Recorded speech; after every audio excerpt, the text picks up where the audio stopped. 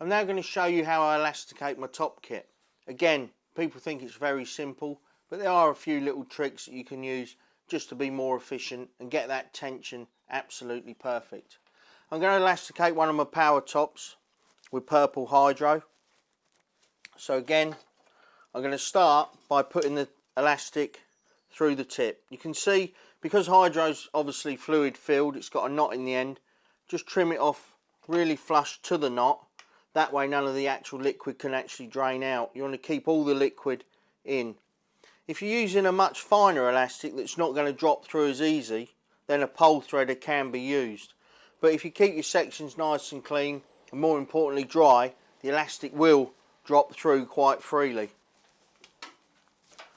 I'm now going to show you the knot I use to place the connector on.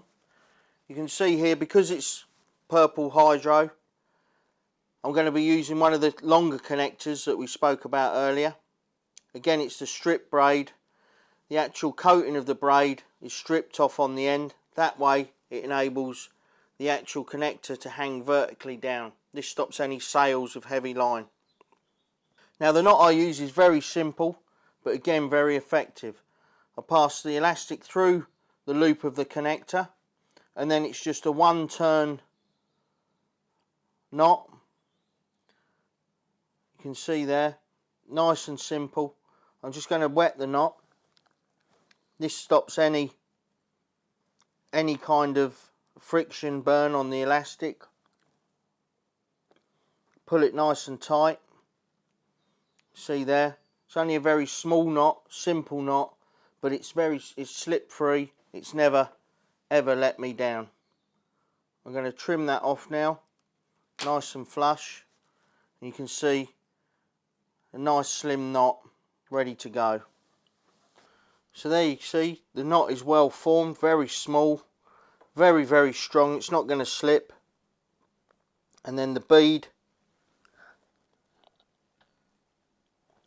can just be pulled over the knot. And you can see with the Dacron connector that I use for fishing in the margins, it always hangs directly down. So there's the first part of the elastication. It's through the number 1 section. Now what I'm going to do is drop it through the next.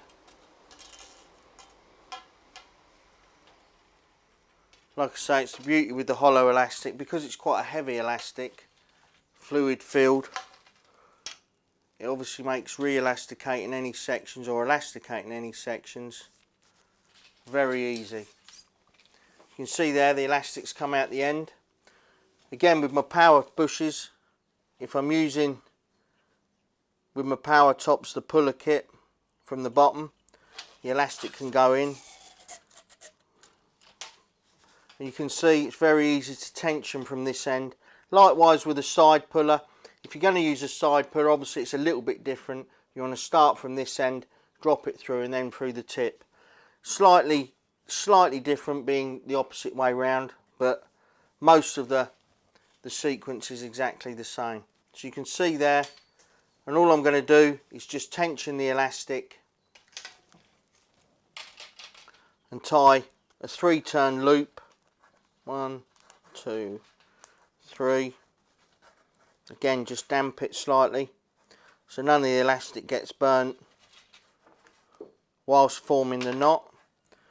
Trim the 2 pieces off, and there you go. So you've got a nice knot on the end to be able to get hold of.